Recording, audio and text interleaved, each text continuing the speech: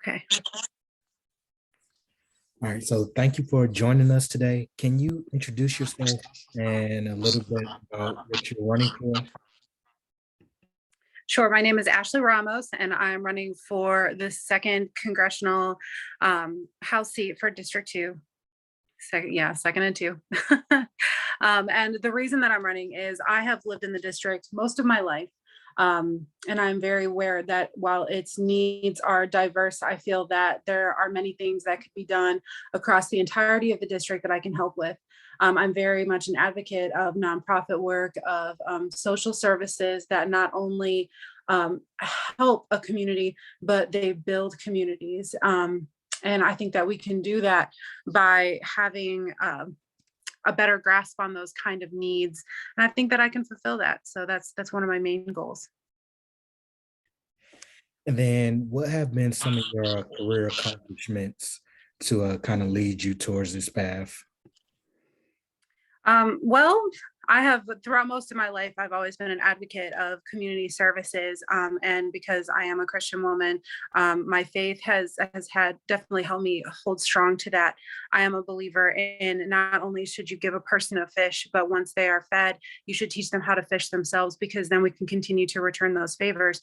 So my accomplishments with that is I started a nonprofit, and I work with first responders all over the state and even all over the country now to help build communities, build better relationships, and do those kinds of things. I'm a mother, so I'm very proud. I feel accomplished that I have children that are doing well. They like sports. They do community services with me as well. They're very interested in helping in their community. So that is, of course, a great accomplishment in my mind as a mother.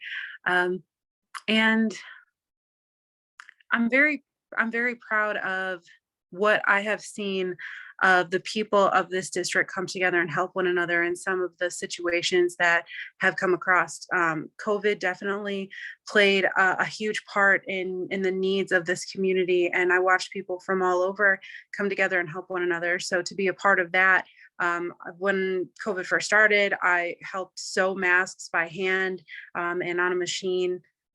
So there's all kinds of accomplishments that I feel like have helped me grow as a person and have made me want to strive to do more. So, if elected, what would you like to accomplish while in office? One of the things that I would really like to accomplish is to have a stronger district, to bring commerce back to our district, to again build communities to be more solid, more self-functioning, to take to help with some of the issues that have come up that were there before COVID as well. We have a lot of need to help those that have addiction issues. That's a huge one in our district. So, and like I said, I'm thinking as someone who deals with these things. Um, the opioid addiction has skyrocketed since COVID, and it's not being addressed well enough. So I want to make sure that there are services to help people get back from those things, get back on their feet. I really just want to see our district grow and rise and be an example to the rest of the state that we can do this. We just have to, as representatives, as myself, we have to be more aware, more active. We can't just sit in Washington, D.C. We have to remind ourselves and keep ourselves grounded that what needs to be represented is what's here. What needs to be fixed is what's here. And Washington is only where we should be going to voice those opinions. When the laws need to be passed and the decisions need to be made, we need to be going there consciously thinking, Illinois. I'm not here for DC. I'm here for Illinois. And that's the kind of representative that I want to be. And then you started mentioning some of the issues, but are there any more pressing local or even national issues that you want to address?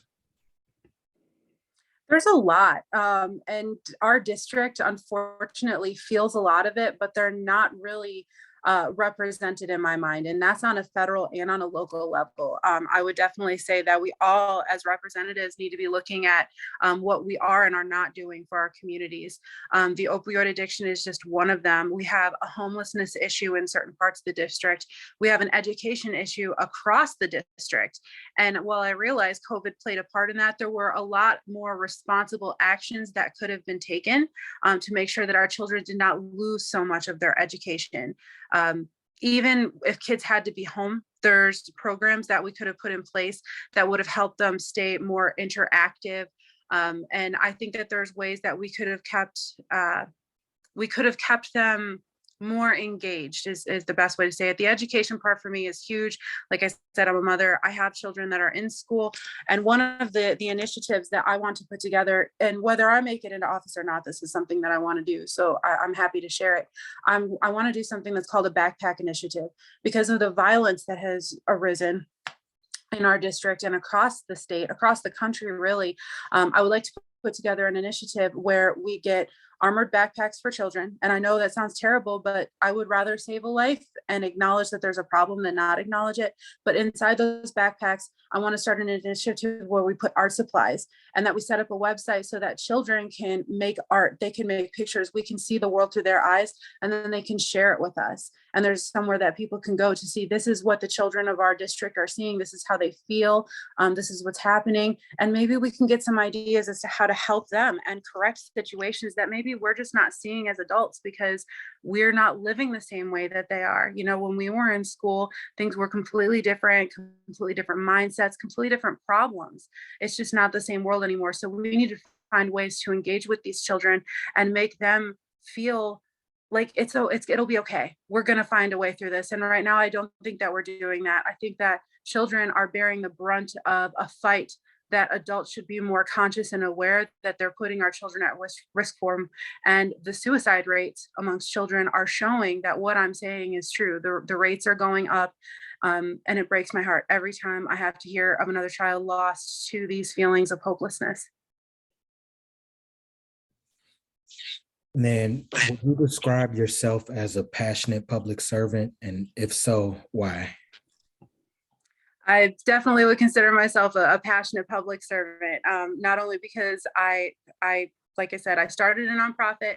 I work with other nonprofits all over the state and all over the country, but I'm adamant about helping in other ways in my community. I try to make sure that I go to community meetings. I go to not just my school board meetings, which are very important. Please, everybody, I don't care if you have kids or not, school board meetings are important, not to go yell at people, but to understand what's happening with our children who will be part of our community as adults at some point.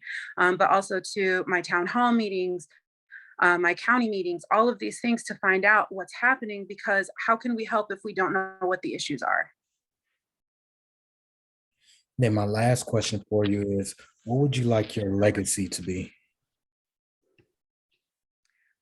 I would like my legacy to be known as someone who was part of my community, but also that I never left it. I don't, if whether I get this seat or not, whether I can go to Washington, D.C. and make a difference, I want to be remembered as the woman who never left home, who always advocated for where she came from, and that I did the best I could for my district and my state and my country, because we deserve that kind of representation.